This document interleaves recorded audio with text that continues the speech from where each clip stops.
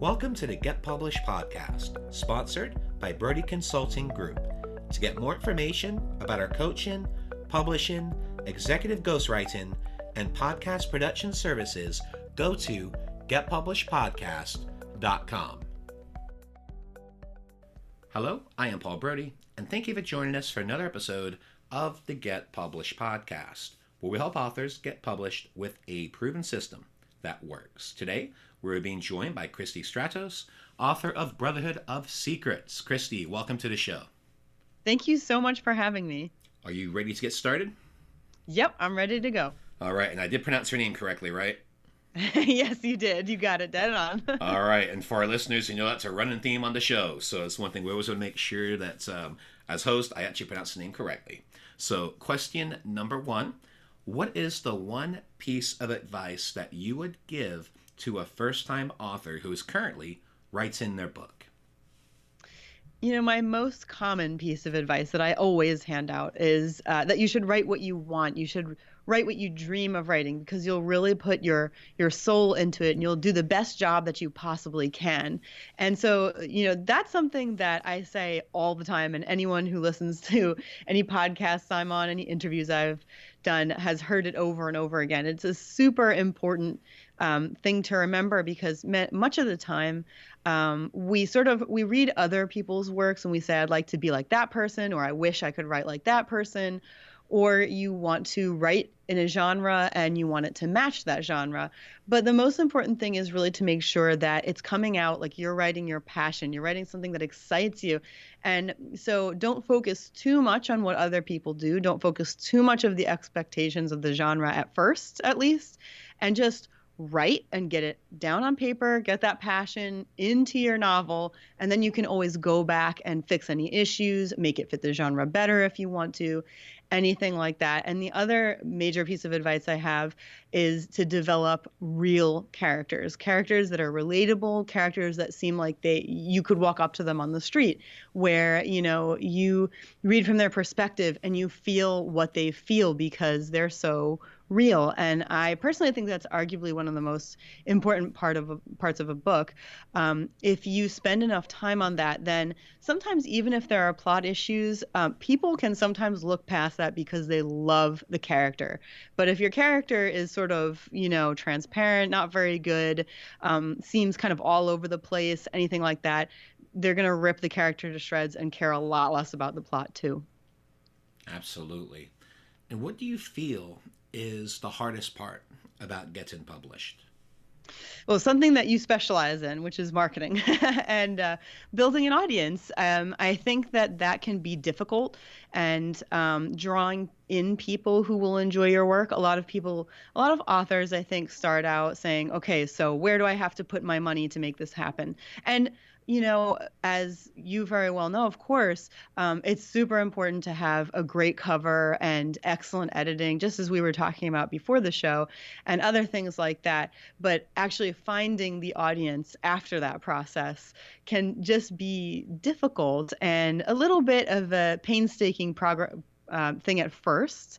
But, you know, once you find that audience by putting yourself out there, and, you know, that doesn't mean you have to share everything about yourself. But, you know, if you're someone who, for example, loves coffee, and you post, you know, some things about coffee and some things about your book, and, you know, taking a picture of yourself writing with coffee, you know, all that kind of stuff seems really simple. People start to really be drawn to you and start to feel like they know you, even though they actually don't know much about you. And then once they feel like they know you, they're interested every time you put out a book. At least that's what I've found. Well, this is going to transition nicely to our next question, since we've already touched on marketing a little bit. And that is to please share a marketing strategy that you have used in your book launch that worked well. I think I can't say enough how important pre-orders are, and any author who's, you know, already been out there knows that pre-orders are super important. But there are a fair amount of people who publish for the first time, and you're just so excited. You really just want to get your book out there. You want the world to see it and read it and everything. But without giving it a chance to sort of percolate, without giving it a chance to crescendo and people to spread the word about it, you know, it makes it much, much harder to get it out there. But when you have this pre-order and you're using, for example, one thing I really like is graphics. It can be quote graphics. It can be just general graphics that really get across the feel of the book visually. People share that. People look at that and say, "Ooh, I really relate to that," or "Ooh, that looks fascinating, intriguing," anything like that. And they're willing to then share that with other people and say, "Doesn't this look interesting? Oh, I can't wait to see what this is." So again, that does go back to building a community that is excited about what you're doing. But it's the visual, and it's giving everything a chance to hit that, pre-order climax, and then bam, your book hits the market and it's even more exciting. Now, in regards to the pre-orders, are you talking about actually setting up the pre-orders through Amazon, or are you just talking about the pre-order process, getting everything ready before the launch to get everything hyped up? That's a good question. Yeah, they always say, well, I've heard so many different, put your book on Amazon this far in advance. I've heard 6 months, I've heard 9 months, I've heard two, I've heard like lots of different things. And I think the last one I did was 3. So I'm sort of working my way up to bigger pre-orders in that way on Amazon, to answer your question. And in that time that it's up on Amazon, ready to be pre-ordered, that's when I'm throwing those graphics out there and making sure that people are sort of getting the visual feel of the book, but always attaching, always putting the link to the book where they can pre-order.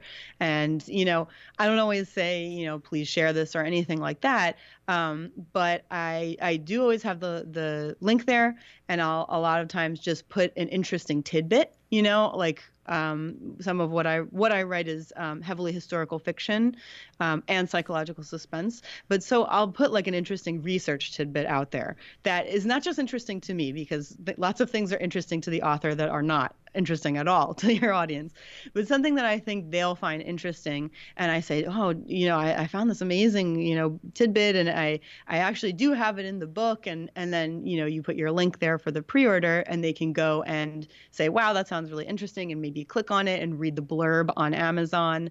And then even if they don't buy, go into for the pre-order right then, they might see more of those interesting graphics and research bits and things like that, and eventually click that button and click buy. Now, in regards to the pre-order process with Amazon, so this is an area that I've always been a little bit skeptical on. I actually Mm-hmm. have not used this for my own book launches and for my clients, and the main reason is that I've heard several horror stories from other authors, friends of mine, that have had issues with the pre-order process, with there being issues on Amazon. Have you encountered any issues with that process yourself? I know what you're talking about, and I know why you're skeptical. I definitely understand.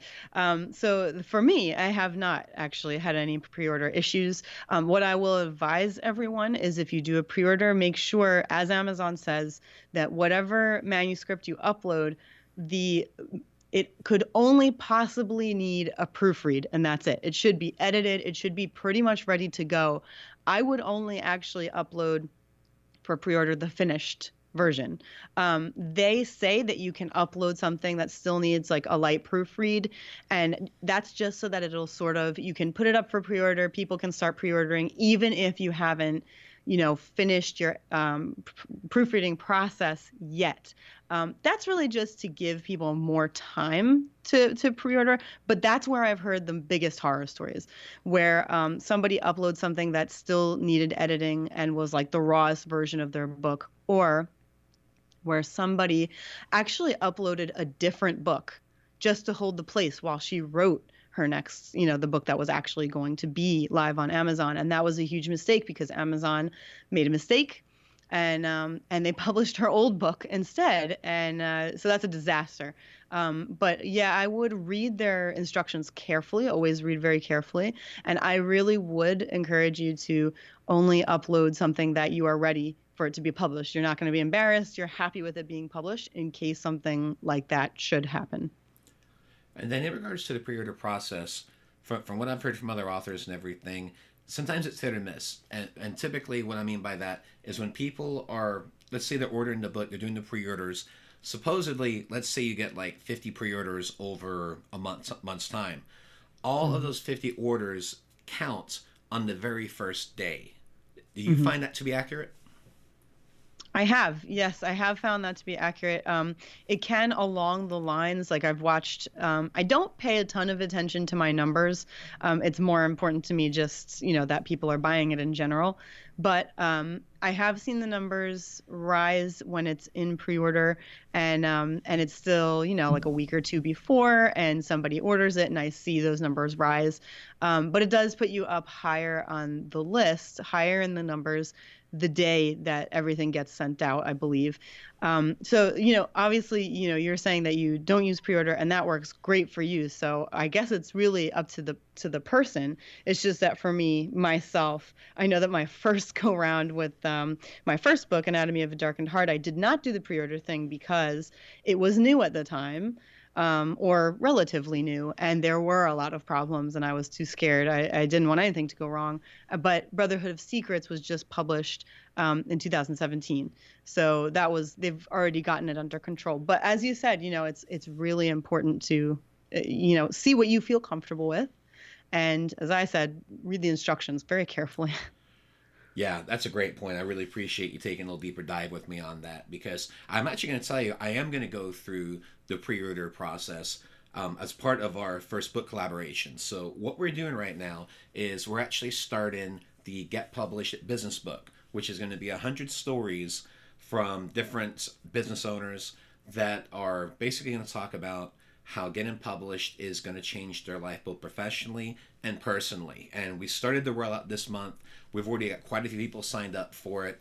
So once everything gets done, our expectation is that we're going to have the launch ready in June. So once everything does become ready, I am going to experiment and we are going to put this on for pre-order probably like 2 weeks in advance because I do want to test this out. One of my philosophies is I always like to test things and see what happens. But when you're dealing with an individual client launch, you always want to be really careful. But with this one being such a collaborative project, definitely want to give it a shot and just see how it works. But I'm only going to do like a 2 week pre-order period just to see how this rolls out. Well, I think that's really interesting, and I'll be interested to see if you post that somewhere, what you find with it. Oh yeah, we always do that. We send stuff in our list. I'll probably talk about it on the show. We're gonna have a lot of our guests that sign up over the next few months that have already signed up for the book. They're actually going to get on the show as guests just so we can talk about the process and the journey because pre-orders is definitely something that we're looking at, and I'm going to be curious to see how it works because from what I have heard, it has improved over the past couple of years since Amazon started offering this pre-orders. But as with anything, there's always hit or miss. There's always going to be issues. So it'd be interesting to see how it goes. Definitely, absolutely. What works for one person doesn't always work for another, so it's great that you're testing it.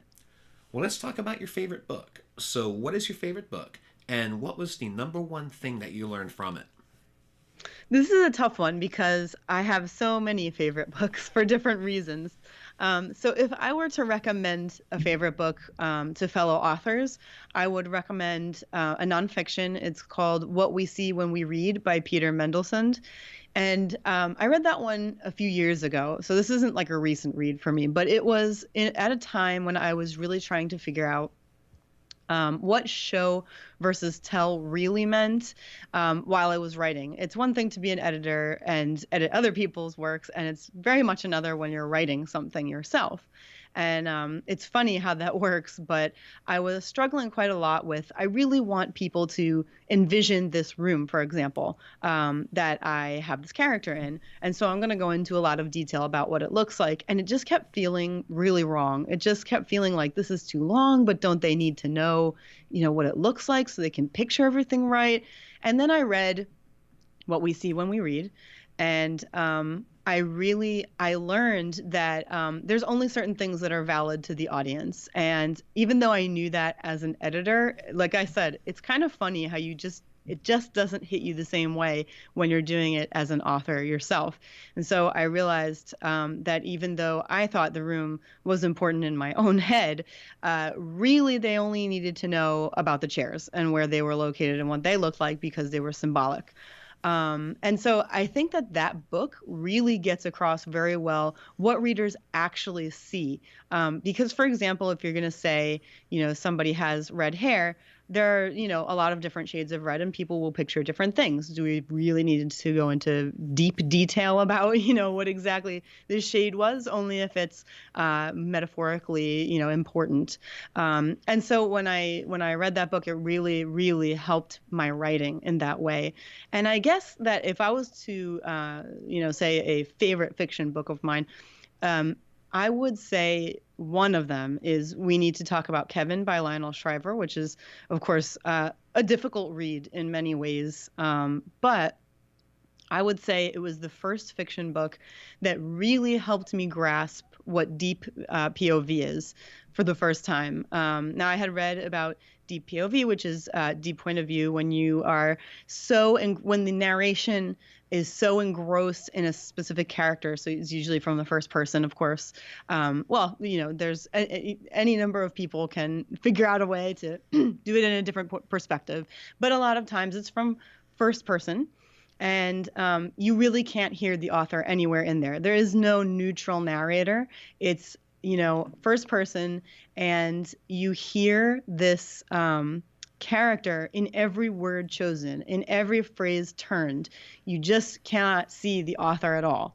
And, I had heard it described, and I sort of thought, well, isn't that what most books do? But it wasn't until I read We Need to Talk About Kevin that I really understood what that meant. And so if, there are plenty of other books out there that achieve it, but that is a particularly deep one where you really just can't pick out the author. She just does a brilliant job with it. And for our final question, what is your favorite quote and why? I would say this is from Mel Robbins, who's a motivational speaker, and she has a couple of nonfiction books out there as well. Your doubts create mountains. Your actions move them.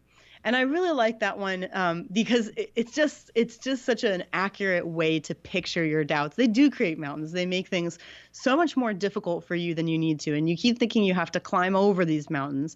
But really, it is a matter of action. And that's her whole philosophy. She has this 5-second rule that everyone can, of course, read about. But it's not so much about climbing over these mountains. It's really about moving them out of the way and just getting rid of them. And when you take action, and as Tony Robbins would say, take massive action, that is what moves your mountains of doubt. It gets rid of them. And I feel that just applies to pretty much any aspect of life. So I would say that's my favorite quote. Christie, I want to thank you for being a guest on the show. What is the best way for people to find you online?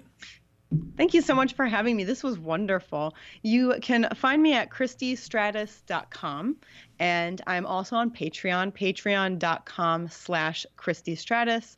You can join me on there. You can follow me for free or for as little as $1. And I'm also on Instagram. I'm on Facebook, Twitter, Pinterest. I have my own podcast called The Writer's Edge Show. That one is on YouTube. You can look us up at youtube.com/The Writer's Edge Show. And again, thank you so much for having me on. This was wonderful. Well, Christie, thank you once again for being on the show, and I wish you all the best in your author journey ahead. Thank you. You too.